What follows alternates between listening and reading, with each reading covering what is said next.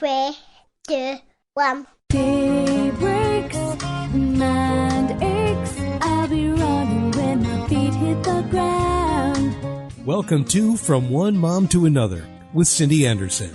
I subscribe to the belief that women need women. As a mother of 7, she is versed in all aspects of the triumphs, joys, and challenges of parenting. Tap into your own strengths and trust that you are the best mother your children ever had. And give yourself some credit. Take some time to breathe. You are doing better than you think. Now here's Cindy. You are all doing better than you think.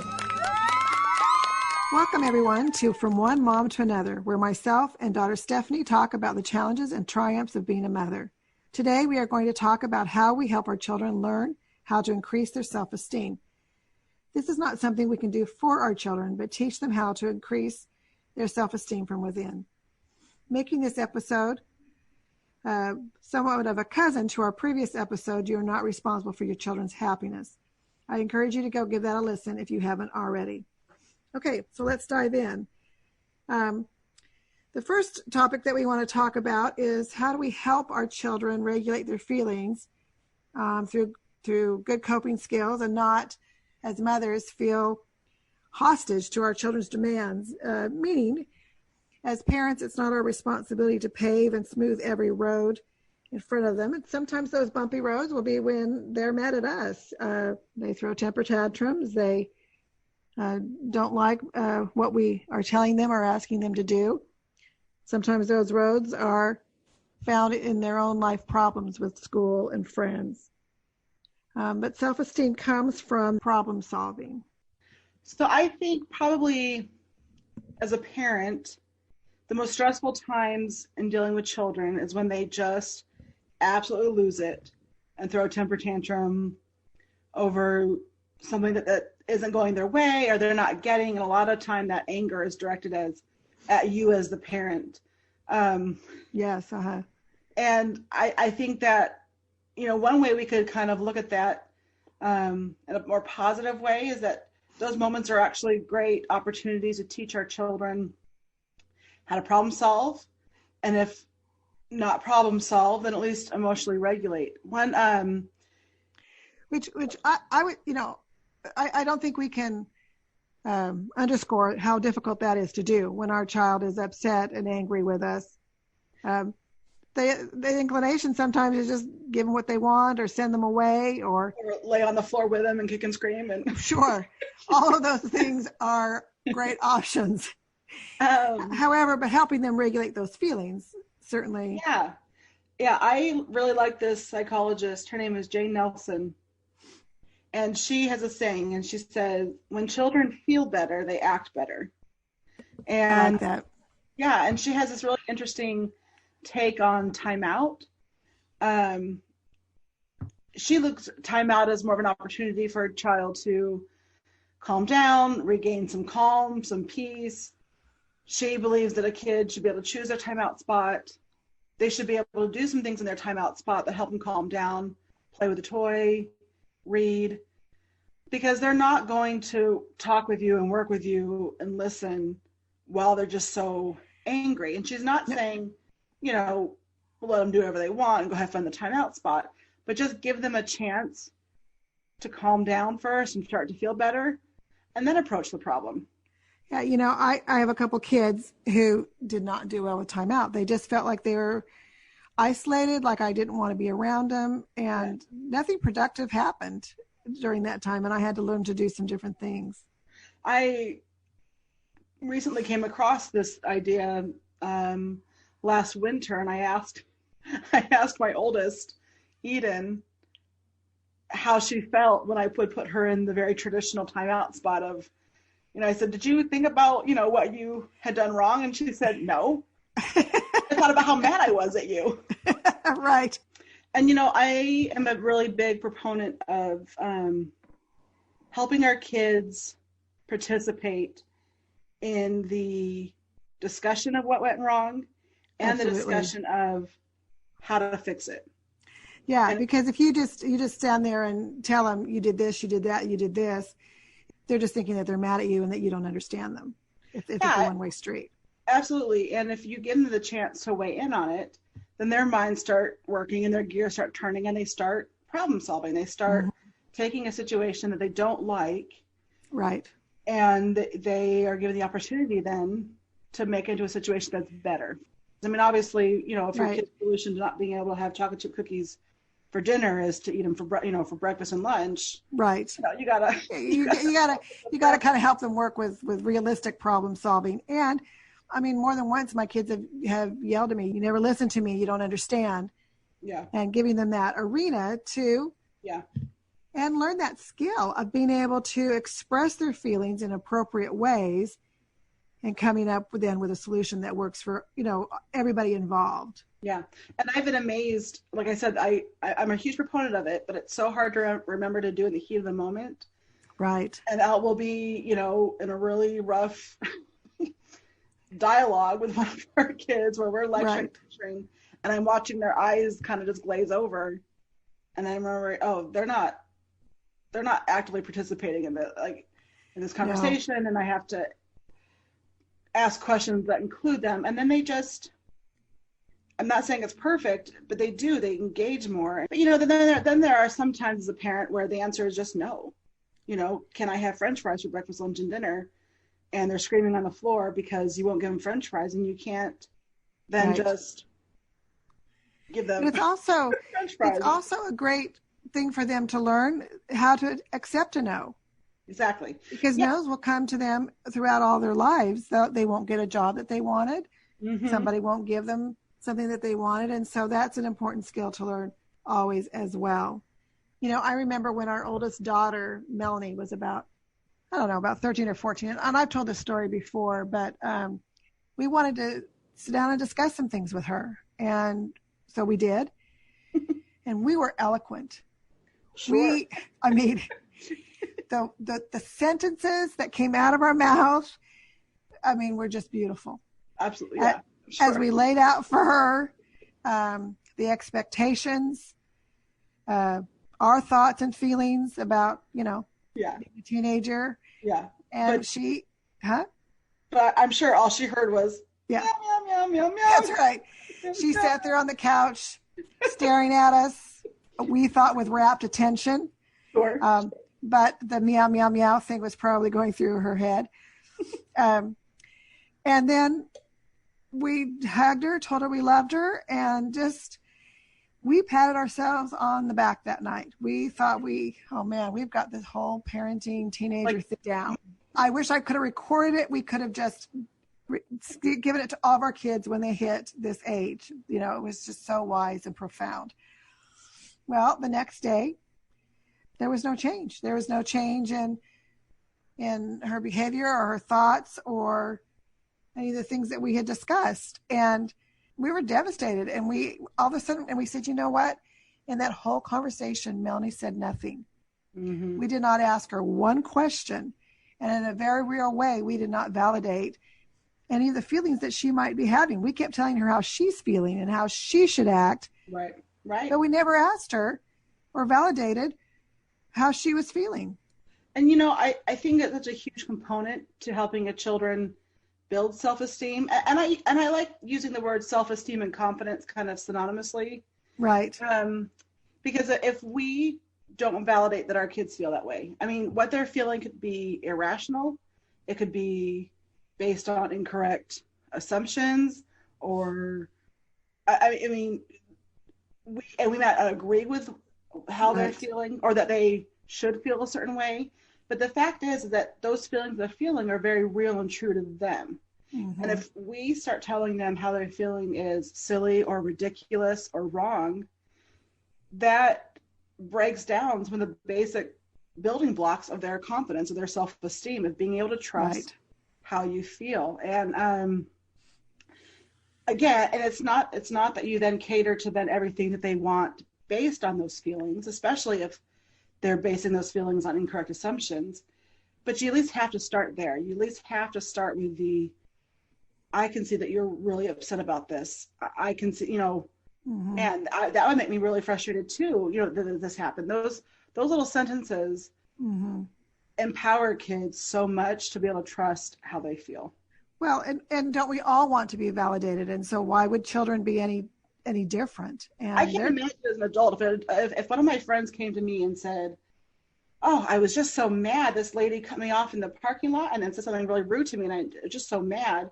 mm-hmm. And I could imagine myself being like, "Well, that's so silly.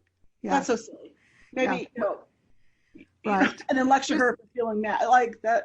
This doesn't happen in the adult on adult level. That doesn't happen at a kid level either. That's right. And, children are also going through the time when they're trying to figure themselves out. They're trying to understand who they are and what their feelings are. And these buildings of blocks of self-esteem are established as they work through that process and the reaction that they get from our parents. Yeah. I also feel like, the end of the day, as our children learn how to work through and express their feelings, they have the confidence to be able to do that. Yeah. And it starts with working with their parents, and then working with a teacher, working with friends, and they grow into being more confident adults with a higher self-esteem. The next takeaway that we want to discuss is to help our children learn that feeling good about themselves in of itself is reward. And I am all about celebrating, and I am not beyond bribery. However, we cannot celebrate or bribe everything. And I think we kind of touched on this a little bit in our previous episode about chores, where, eventually the gold star stickers lose their charm. Right. The, A's on the paper kind of lose their charm. We just need to help our kids find more intrinsic ways to build their, base their confidence and build their confidence. And more intrinsic means for doing something well or good or to work hard. Right. I remember when Eric was, I don't know, probably maybe in the first grade, I read an article, and I apologize, I don't remember the doctor that wrote the article, but it talked about helping raise the self-esteem in your children through how you compliment them. And so often, certainly so guilty of this, my kids will come home and they'll show me a picture, or they'll show me something that they do, and I will say, "Hey, that's great," or "You're so smart," or "You're a good artist," or you can do this so well. And they talked about the effects of this external type of recognition versus internal recognition. And external can sometimes, put a little bit of pressure on them, or they start looking for external validation for their things. I remember being told by somebody, "Wow, you are such a kind person," because they saw me doing something kind. And I remember feeling just panicked inside. Yeah. At the thought that they would find out about all the not kind things. All the not kind things. Yes. It's just really recently done, and probably will, unfortunately, at some point in the future, possibly, potentially do, because I thought, oh my gosh, this person now thinks I'm a kind person. I'm going to let them down. Yeah. Every time I do something unkind, like, will that make me be an unkind person? Unkind person. That's right. That's exactly what I'm talking about. And when they talked about having our child feel internally good about ourselves, being its own reward, instead of those compliments that I just got through saying, to say things like, when they bring home something for us to look at, say, "Wow, that must have felt so good to be able to do that." Right. Or let's say they had done something kind. How did that make you feel? Like, what was your feelings about that? And so I tried it out on Eric, and he brought home a picture, and he showed it to me, and I said, "Wow, Eric, you must have really felt good about what you have drawn." And he looked at me kind of surprised, and he said, "Yeah, I do." Kind of like he hadn't really realized it. Right. So then I went on to ask him, "What's your favorite part of the picture? What was the hardest to draw? Right. How did you figure that out?" And it was a much more productive, certainly rewarding conversation. And ever since then, I did try to do a little bit better with that with my children and with my grandchildren when they show me things, to help them understand that, and to help them with those internal compliments, to their satisfaction in a job well done. Right. And, I really like Dr. Carol Zwick. She's the psychiatrist, I think she is, behind the growth mindset versus fixed mindset phenomenon. Mm-hmm. And that's a lot of what you're talking about is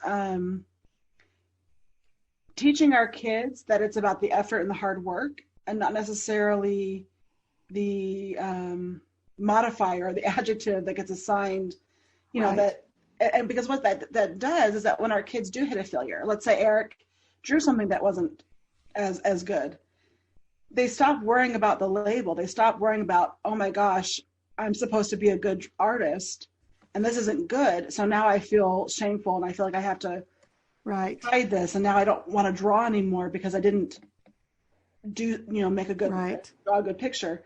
And they had all the, Dr. Zweck shows all these interesting studies they did about intelligence and kids that are complimented on their effort versus being called intelligent were willing to tackle and try harder puzzles or harder, activities.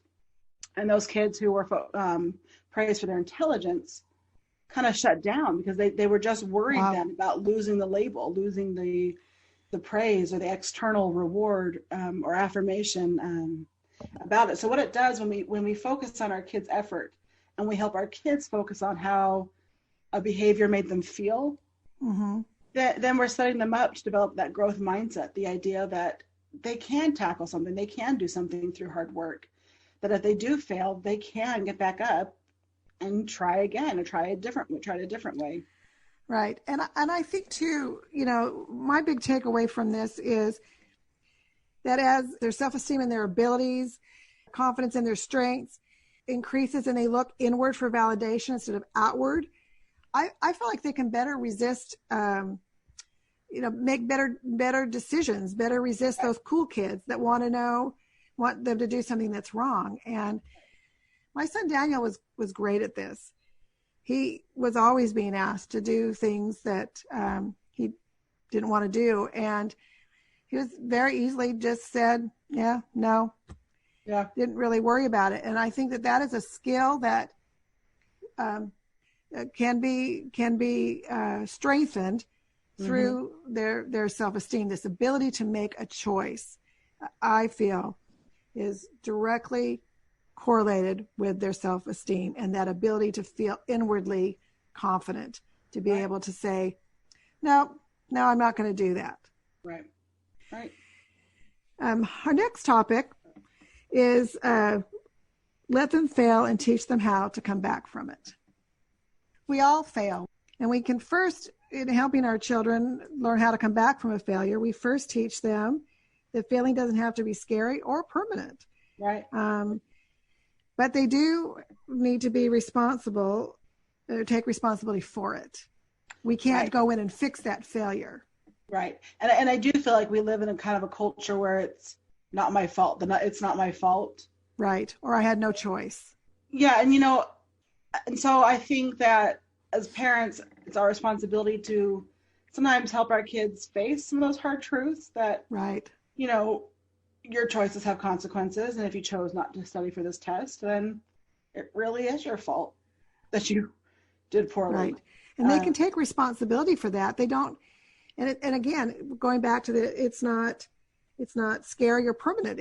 This is what happened, and we can, encourage better study, et cetera, all those kinds of things to help them. And then your child feels empowered to know that they have control over that situation. That's right. A better grade, they can control that. They can work, and do what they need to do. Right. Absolutely.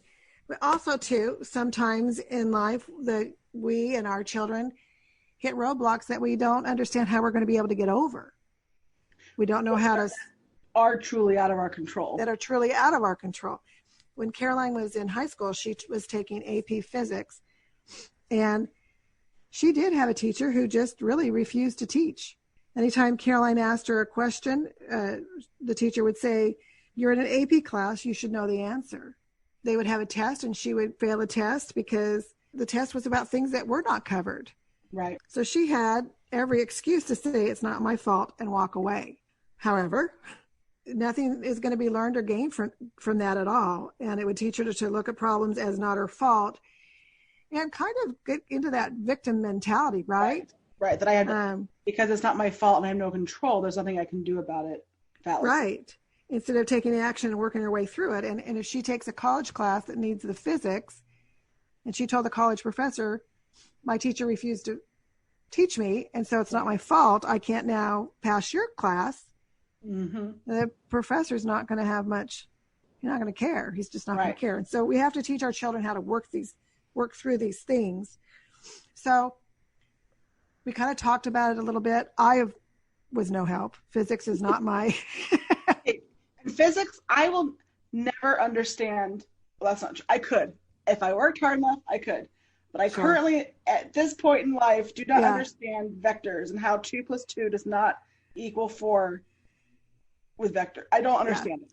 So what she did was, after we kind of discussed some things, the first thing she did is she formed a study group. She found the kids in her class that wanted to learn physics and wanted to work through the problem, and they formed a study group.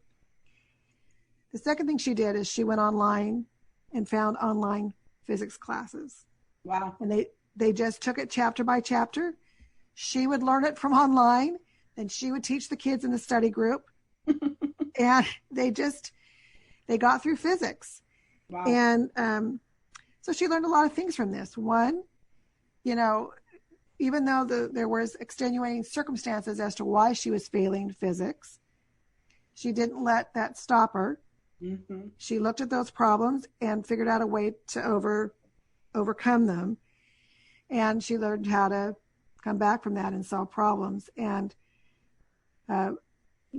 taking the two roads, either, well, it's not my fault and I'm just going to have to fail physics, versus what she did, the self-esteem of learning how to work through those problems really is greater. I had kind of a similar thing happen to me tonight. I ordered 1 scoop of ice cream, and beyond my control, the person gave me 2 scoops. And I looked at that scoop of ice cream cone, and I thought, man, I didn't ask for this. No. I didn't ask to be put in this situation. That's right. I had to dig deep. I had to really harness my grit and make a plan to figure out how I was going to polish off 2 scoops when I didn't ask for it. Did you survive? I rose above it, and I don't want to say I deserve a gold medal per se, but if someone handed me... No, because that would be external validation. Well, or someone wanted to tell me that they were proud of my hard work, I would take it. You take that one. Well, I'm proud of your hard work. Thank you. You're welcome. It's so worth it. So worth it. The last discussion point is in helping our children raise their self-esteem.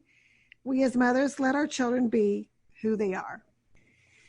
You often see families, that have their thing, right? So you have a sports family, a running family, a musical family, the Von Trapps. The Von Trapps, absolutely. But what do you do when you realize that your child does not love the things that you love? Wouldn't that be hilarious if there was another Von Trapp child who couldn't carry the tune, who just never made it into the history book or the right.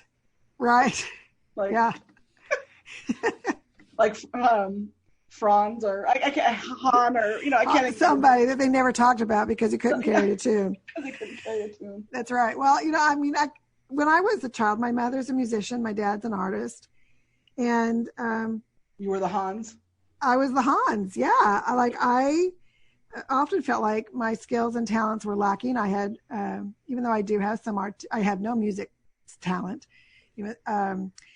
And even though I feel like I do have some artistic talent, my brothers were so talented that I always felt like I came up short.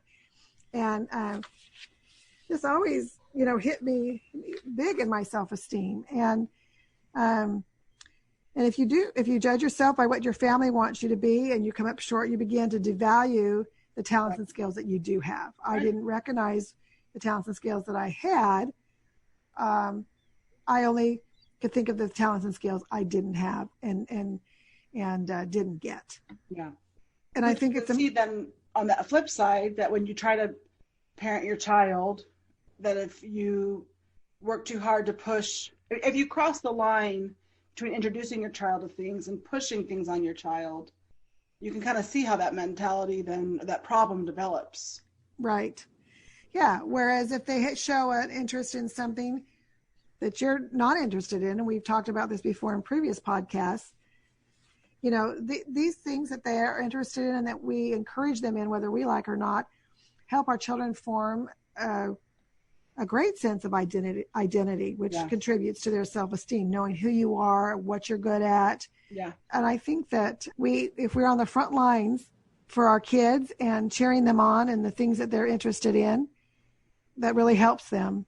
It helps them have confidence in the things that make them and unique and special, that what they are is valuable and appreciated by them. Right. And it also helps them understand that we can all be different, and that's okay. Yeah. We can root for the family members that love music. Right. And we can root for the family members that love sports, or, you know, maybe somebody has wants to do, cares about the environment or wants to do all sorts of different things. We can root for that, and that's okay. We don't always have to be the same. And I think that is such an important life skill to learn. Well, that's about all that we have time for today. And I just want to say in closing, I mean, wouldn't it be so nice if we could give our children an instant dose of self-esteem or a magic potion that once ingested, they could see all that they are capable of and have the skills to navigate through their world and make choices based on the best opinion of themselves. However, self-esteem, like the before mentioned happiness in our previous podcast, is one of those things that has to be developed by themselves from within. But we as mothers can be a huge part in teaching and encouraging those skills. Help them learn how to work through conflicts. Help them learn that feeling good about themselves is reward in and of itself. Teach them to come back from failure and then encourage their own talents and skills, even if they are not like yours. Thanks for listening. We encourage you to leave us a review, or you can contact me at cynthia.anderson@onemomtoanother, or visit my website, onemomtoanother.com. Until next time, remember, you're doing better than you think. I need some home.